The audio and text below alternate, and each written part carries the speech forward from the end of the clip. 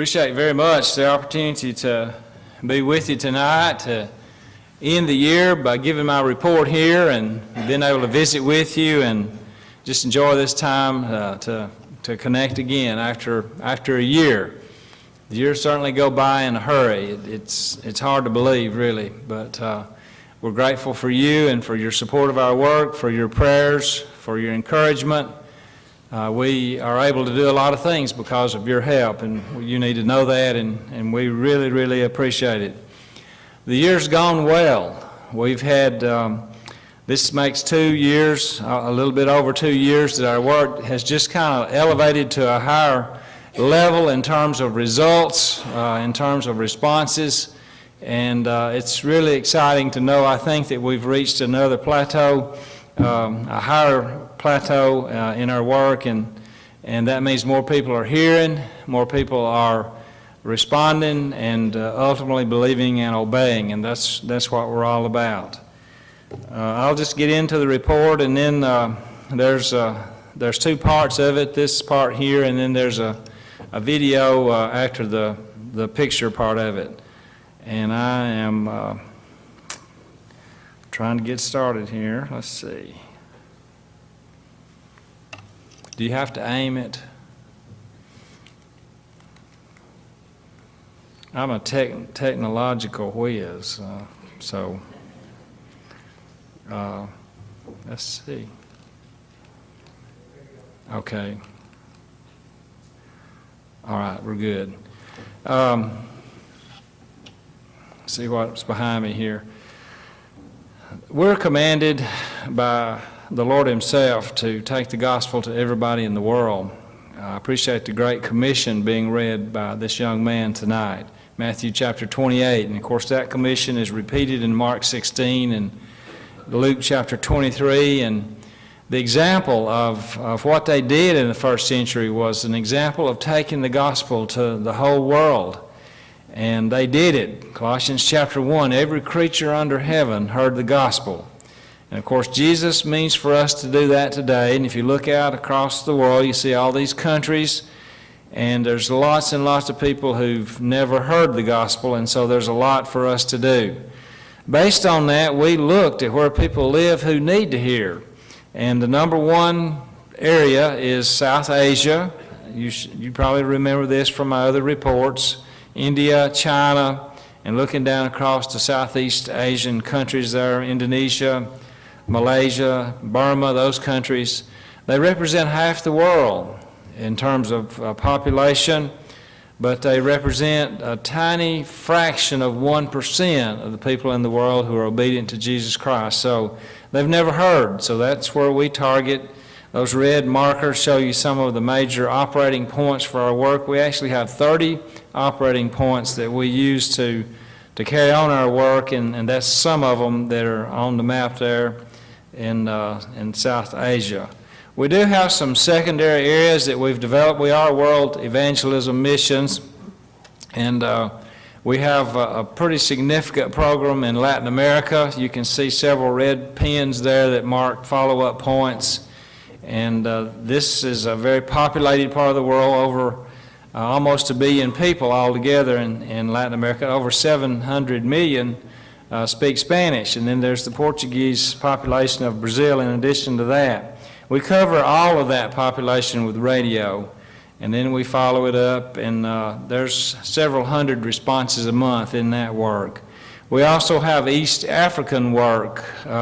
We started looking at Uganda, and we have a school in Uganda that we help with, and also we help some with work in Kenya, Tanzania, and so we do radio there, and we have follow-up teams there. We have some Eastern European work that we're trying to reach populations that really didn't have an opportunity to hear till the late 1980s, and there's still a lot of growth opportunities there. We have Arabic radio programs that broadcast to the Middle East and to North Africa and the Arabic countries, and so we cover a lot of places. And but again, the 90% of our work is in South Asia.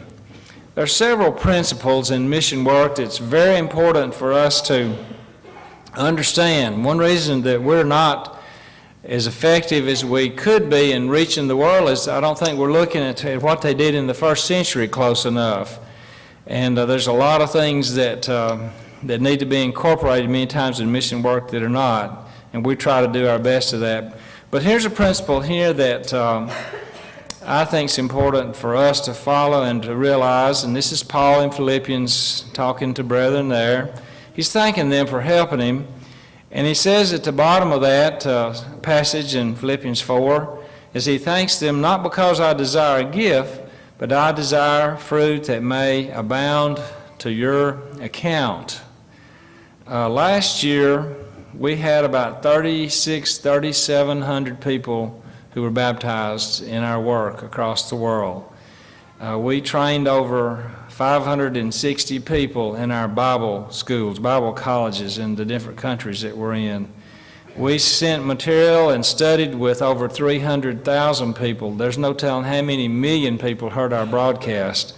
That's a lot of fruit. And that fruit is to your account, not to mine, but to yours, because you enable me to do what I do. If you didn't do what you do, I wouldn't be doing what we do. So the Lord recognizes that, and I think it's important that we emphasize that. You're bearing a lot of fruit through your help with what we're doing. Another principle, Acts chapter 14, here's Paul and Barnabas returning from their very first missionary journey. This is the beginning of the gospel going to the whole world in the first century. And they come back to Antioch and they reported all that God had done with them. They had opened the door of faith into the Gentiles. And that was a pretty significant report. Two things. One is they actually came back and reported, and we see that over and over, and they report specifically on things that happened, and that lets congregations know what to pray for, know what we're trying to accomplish, and those prayers are answered. All of them are answered, and that is very, very powerful for you to do. So reporting is just as important to us as everything else we do because of that. Three things to accomplish our program. Number one, reach masses. In the Lord's Church in America, there's just over 12,000 congregations. We have over 40,000 preachers working with those 12,000 congregations in America. That's good. There's a lot of good work that's done. The church is stronger in America than it is anywhere else in the world. From America, mission work is done in all the rest of the world. But if you go to the rest of the world, for the 95% of the rest of the world's population, we have about between 300 and 400 people who are trying to lead that work and to do that work.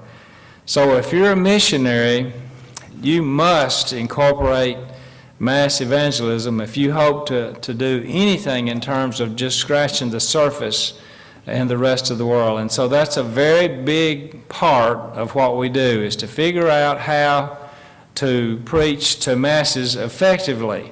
We're always changing our radio programs. We're updating our literature. We're adding television and internet to our mass teaching efforts. And you can see red dots across the map, or orange dots here in Tennessee. Very important. But those dots are broadcast points where we have radio or television programs going out. And of course, if you look at all those circles, you can see that more than 3/4 of the world is in range of some broadcasts that we have. And so that's the first thrust. These are a few pictures of folks who help us with this. We actually have 30 foreign teams that work with us across the world. And there's about 15 Americans. It takes about 16 of us every year going over a time or two. We really need on the ground over 25 missions a year to accomplish what we do. And then we work with those 30 foreign teams, and these are two of our speakers in the Philippines on a radio broadcast setup we have there. We have two kinds of programs. They reach just that country in their languages, And then we have English broadcasts from the Philippines that reach that entire region of the world. And the Philippine team follows up on all of that. As you can go back to the east of there, to Taiwan, and we broadcast, it's called All Asia. We broadcast from there, and that covers all of Asia, reaches over to parts of Africa and even into Eastern Europe and Russia. You probably know the speaker for that program. His name's Larry Murdoch, and we work with Larry, and that's another real powerful tool in our war chest of things to do. This is one of our television speakers, Francis David, and he's showing us the literature that we'll send, and if my video works, you'll be able to hear Francis describe that in a minute. Literature is very important for us. We get all of those responses. We can't go see all of them most of the time, so we send literature to them or some kind of teaching material to them. In every case, we send whatever is appropriate. And so we print over 1 million pieces of literature a year, and these are some pictures of some of the stuff we use. And of course, the big quantity down on the bottom left. It's not as pretty as our literature, but it's to the point, it's simple, and it gets the job done, and they treasure it there. They don't have books like we do here and access to teaching material, so it's a real essential part of what we do.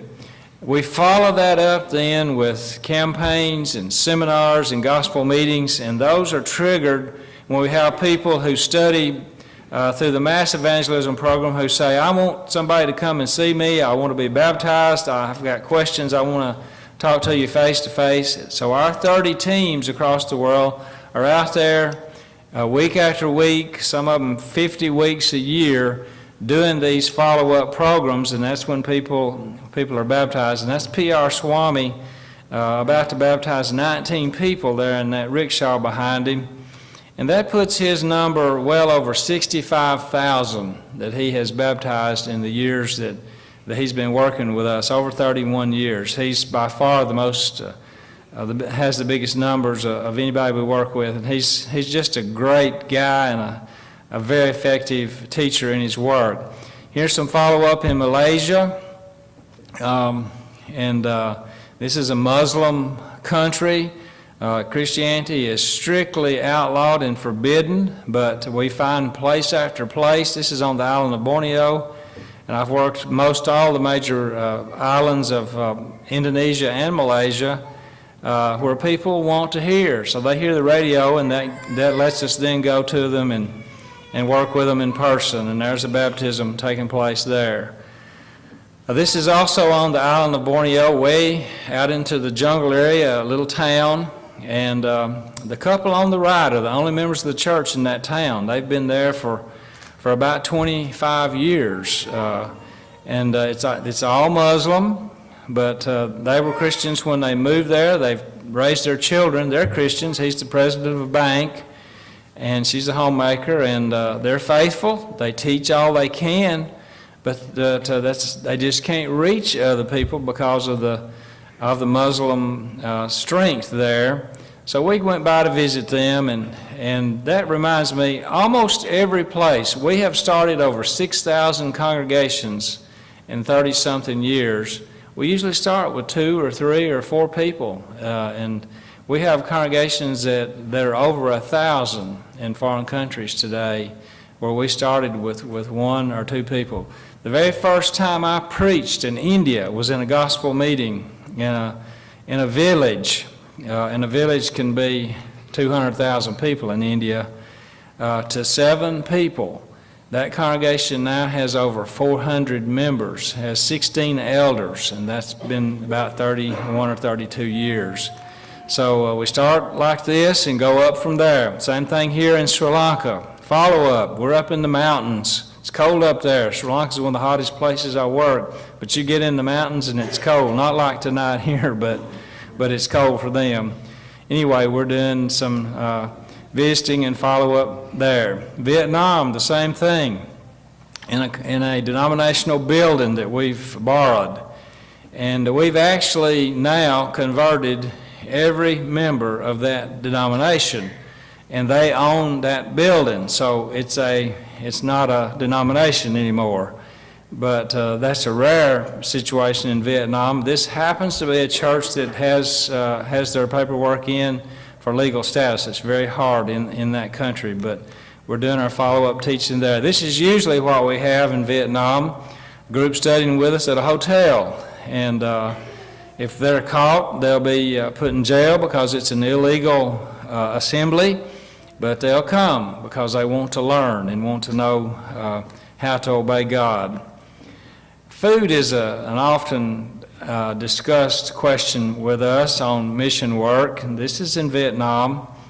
Now, those bowls have mostly rice in them and around the perimeter of the table, round table there, and then there's little bits and pieces of meat and some vegetable and some kind of gravy, which is the juice where they cook the meat, poured over it, and that meat can be anything. And if you can't kind of control the situation ahead of time when you're going to be eating, once you get there, if you don't know, don't ask. You don't want to know. Because especially here, that could be dog, could be rat. We may have some Vietnam veterans here. It could be anything that has protein in it. They eat grubs and worms and insects and, of course, every kind of creature. So it's pretty rough in some places with food. But if you do get caught in that situation and you have an iron stomach where you can handle it, put that red stuff on there and you won't taste anything. You can burn this building down with that red stuff. But I can't handle that, so I try to work ahead on these things. Unbelievable here. We're teaching a Bible class in a public school, a government school, and it's really a privilege in Vietnam to be able to go to a public school. Many children don't have that privilege. They are not able to go. But these kids have been selected and are getting an education. They represent a minority of the children. Christianity is totally outlawed in any public way there. Their teachers, their principal, and these children wanted us to come and teach the Bible to them at their school. Now, if the authorities come in and catch us doing this, these kids won't be able to complete their education. They'll be banned from ever going back to a public school. Why would their parents take that risk? They value knowing the Bible more than having the privilege to get an education. Do we really understand that? It is more important. They've got it right. And it's hard for us to imagine those kinds of situations. Can't baptize in a public pool or a river or a stream. You have to hide in Vietnam. There we are behind a building, and a garbage can will make a good baptistry. The Magway division of Myanmar. We're up in the mountains. That's Damon Vincent from Springfield, near Springfield, Missouri, up there. And this place and 3 other states in Burma, that's Myanmar, are places that we have never been to. We've been there 21 years, but we couldn't go into those because the military had it closed off to any foreigners. Even people from other states couldn't go there. And we were there in November of 2015. They had an election. They elected to have a democratic form of government. The election actually ushered in a new constitution that included freedom of religion and new leadership.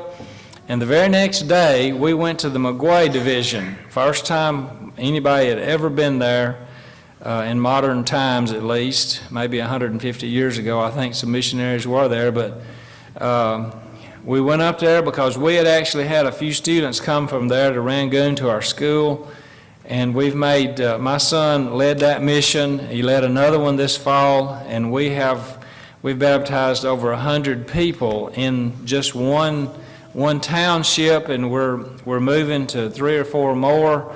We've had a few in those, and these are really remote, primitive people. There's Damon teaching. They're called the Asho tribe. The government tried to eradicate this tribe.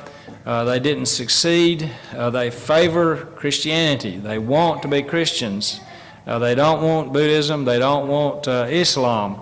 This is the area of the country that's having problems right now with the Muslims coming over from Bangladesh, and it's been in the news a lot lately.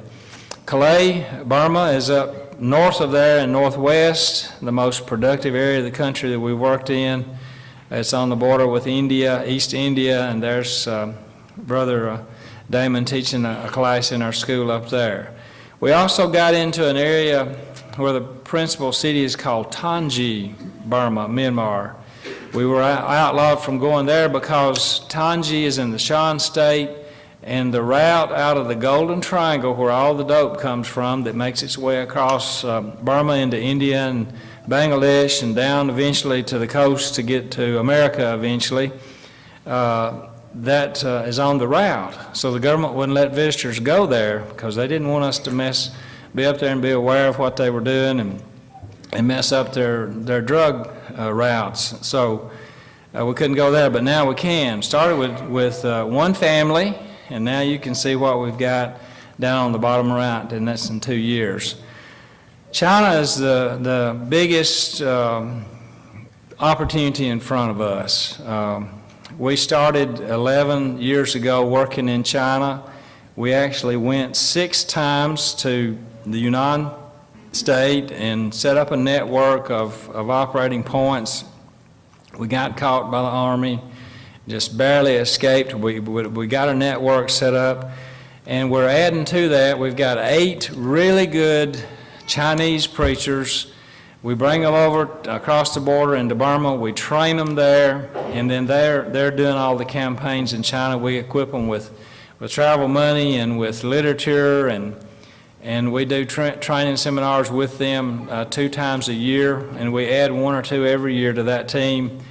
They're preaching to thousands and thousands of people every year, and we see new congregations forming every month. Just unbelievable reports we get from that team. And of course, we've been to most of the places they're talking about, so we know what's really going on.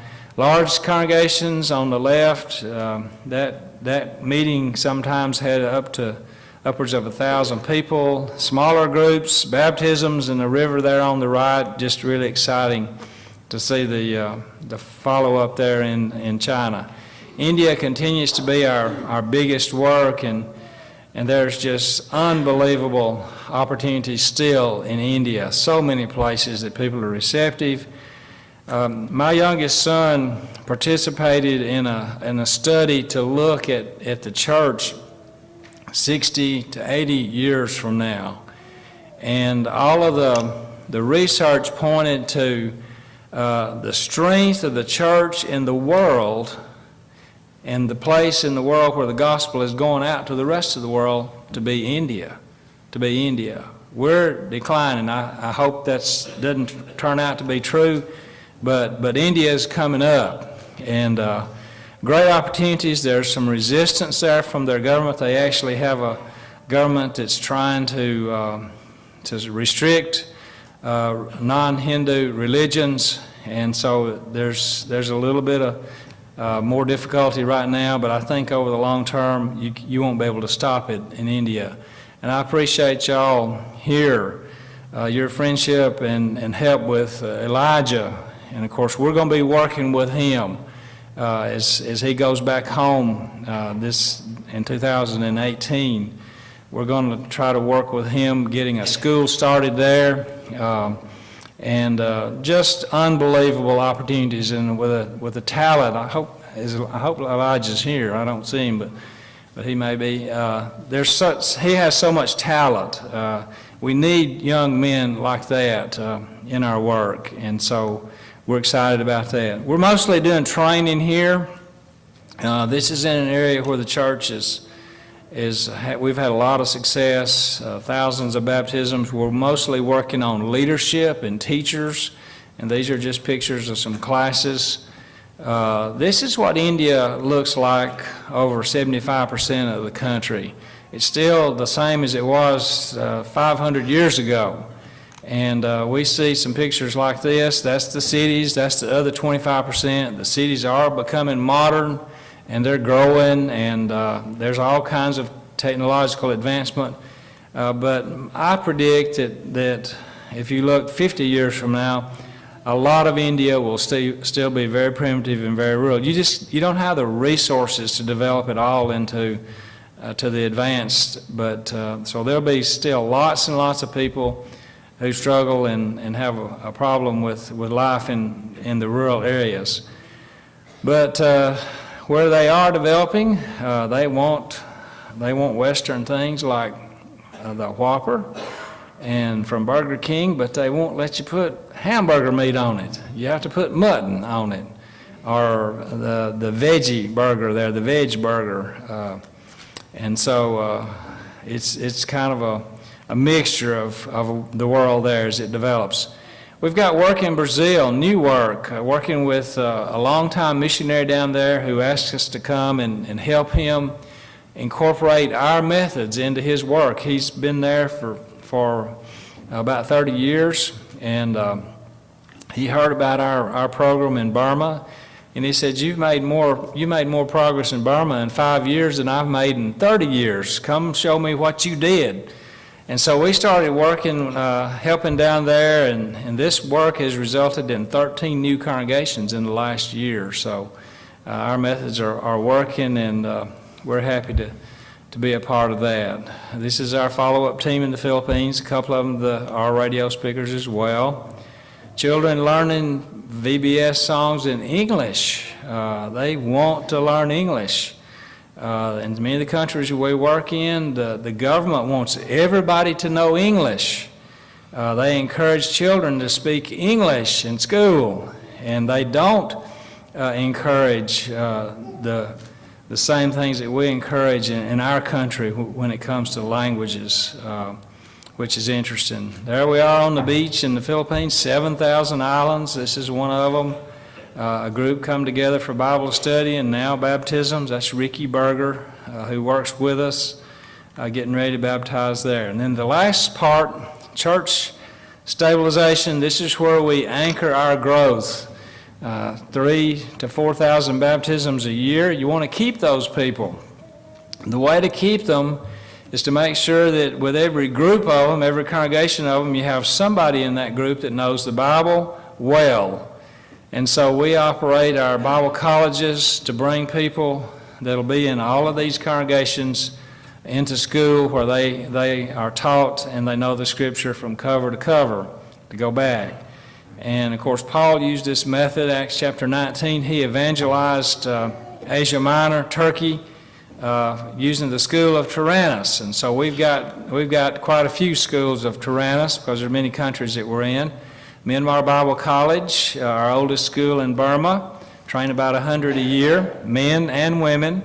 All of our schools are Bible colleges. We don't have any preacher training schools. We focus on teaching everybody, and out of that will come some preachers, but we want men and women to know the Bible so they can teach rank and file people on a day-to-day basis, and that has proven to work with us over the years. These kids, they don't have running water in their house. They don't have electricity. They don't have a car, but they got a smartphone. And that just amazes me, and it probably costs them about 30 cents a month to have that. That's an opportunity right there because they're connecting to the rest of the world, and we can get information to them that way.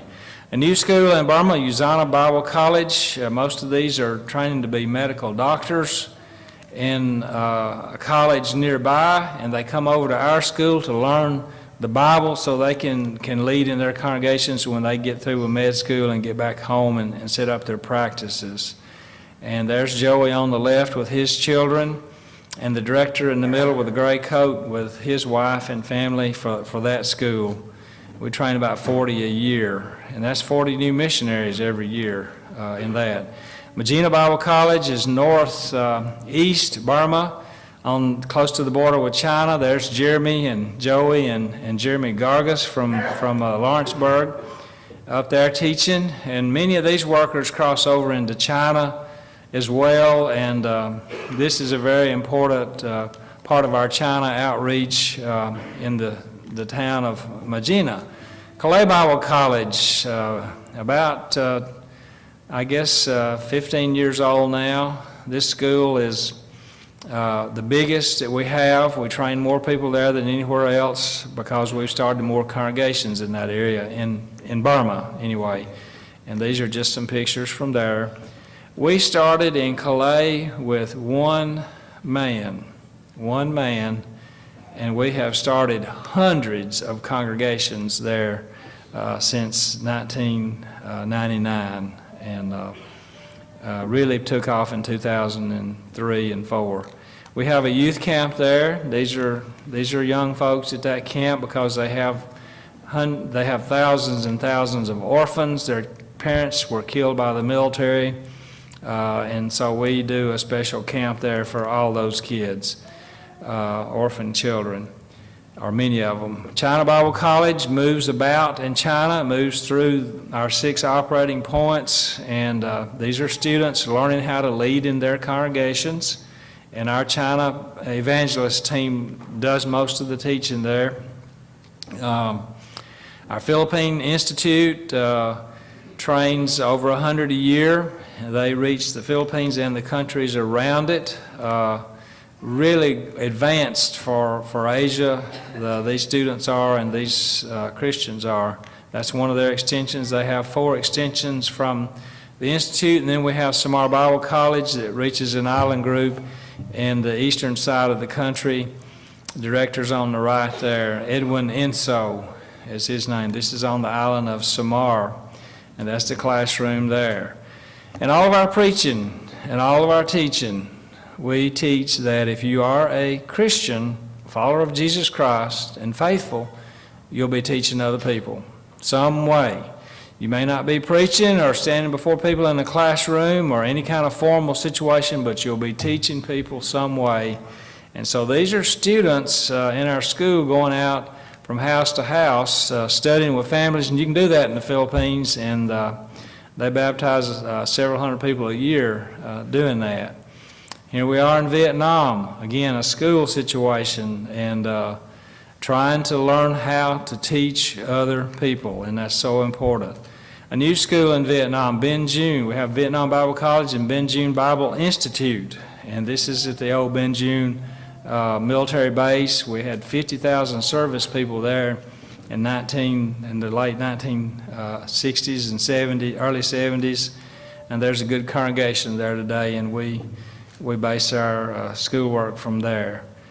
That's all this part, but I do have a video. If it'll come up and play, then that'll finish me up, and I'll have the invitation after that.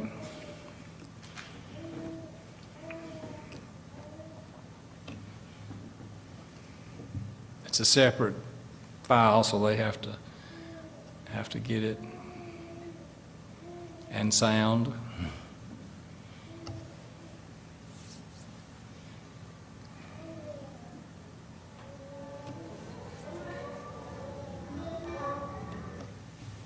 I heard it.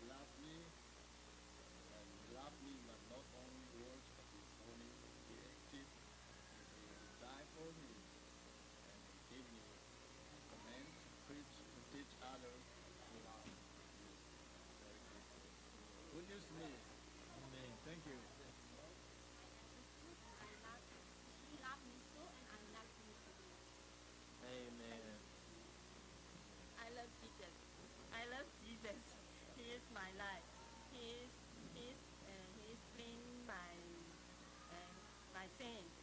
Now He is give me eternal life. Thank you.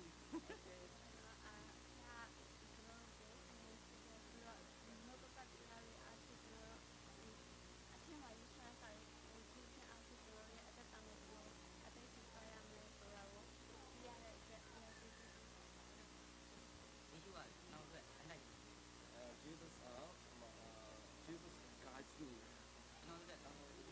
and He is a good shepherd. Thank you.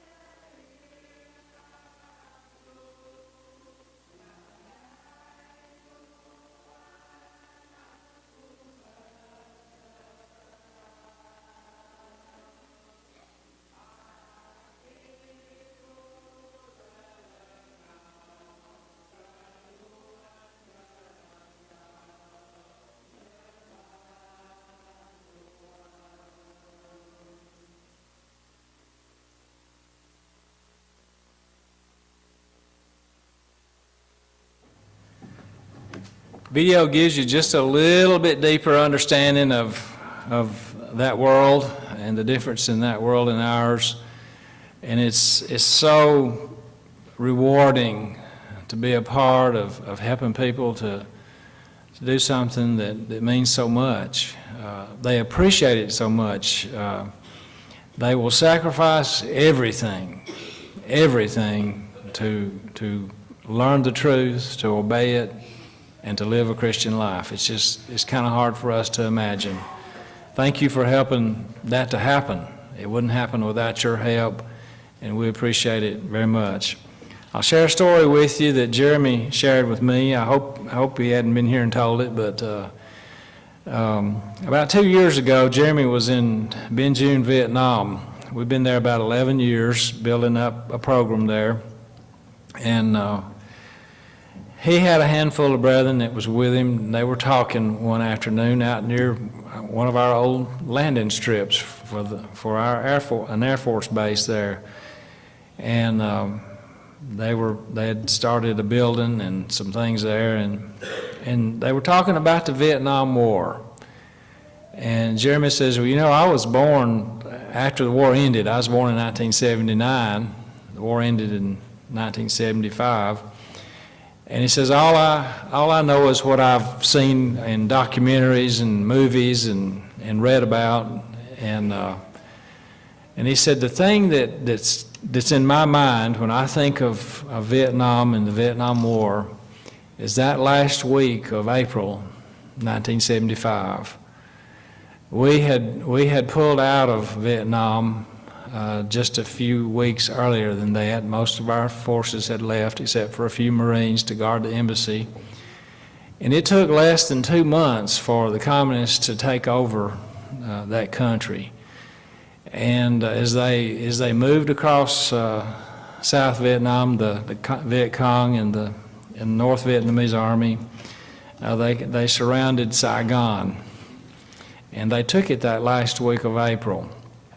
And Jeremy said, I watched a lot of footage of things that happened that week. And the most impressionable footage is the last few hours at the American Embassy, when all of our ability to evacuate people with ships and airplanes had been stopped. And the only way we could get people out was with helicopters. And the most massive helicopter evacuation of people that has ever happened anywhere in the world happened that day. And American choppers filled the skies as they flew in and landed and picked up as many people as they could pick up and get them out of there, because they knew when the communists took over that there would be a massive slaughter of those people. And of course, we still had people there too. And the footage we all remember is, and I've stood in this very spot on the very top of the embassy as those choppers would land and people would try to get on them, and we had our Marines holding people back and screaming and begging and trying to hand them their children. If I can't go take my child and let my child get out of here and survive. And as Jeremy told that story, these brethren, some of them who were alive at that time, said, well, we were here, we weren't there. And of course, our government now would never let us see any footage like that. So we've never seen that. But said, we have a story to tell you that you may not know. And they said there was actually an evacuation of members of the church from right here that same day. Some brethren in Singapore and also over in Hong Kong arranged for two helicopters to fly over and go into Banjul, and brethren gathered there, and as many as could be evacuated with just two helicopters were taken out. And one of these men that was telling the story to Jeremy said, I was there that day. I was just a young boy. My daddy was the preacher, and his granddaddy was the preacher. They were the preachers. And said they decided who was able to go as the choppers were loaded up and left out. And he said, my dad held us for the last load, and I was so scared. And he said, when we got a radio call, and said, your choppers are not coming. Saigon has fallen, the airport has been taken, and they're shooting down things as they try to come in.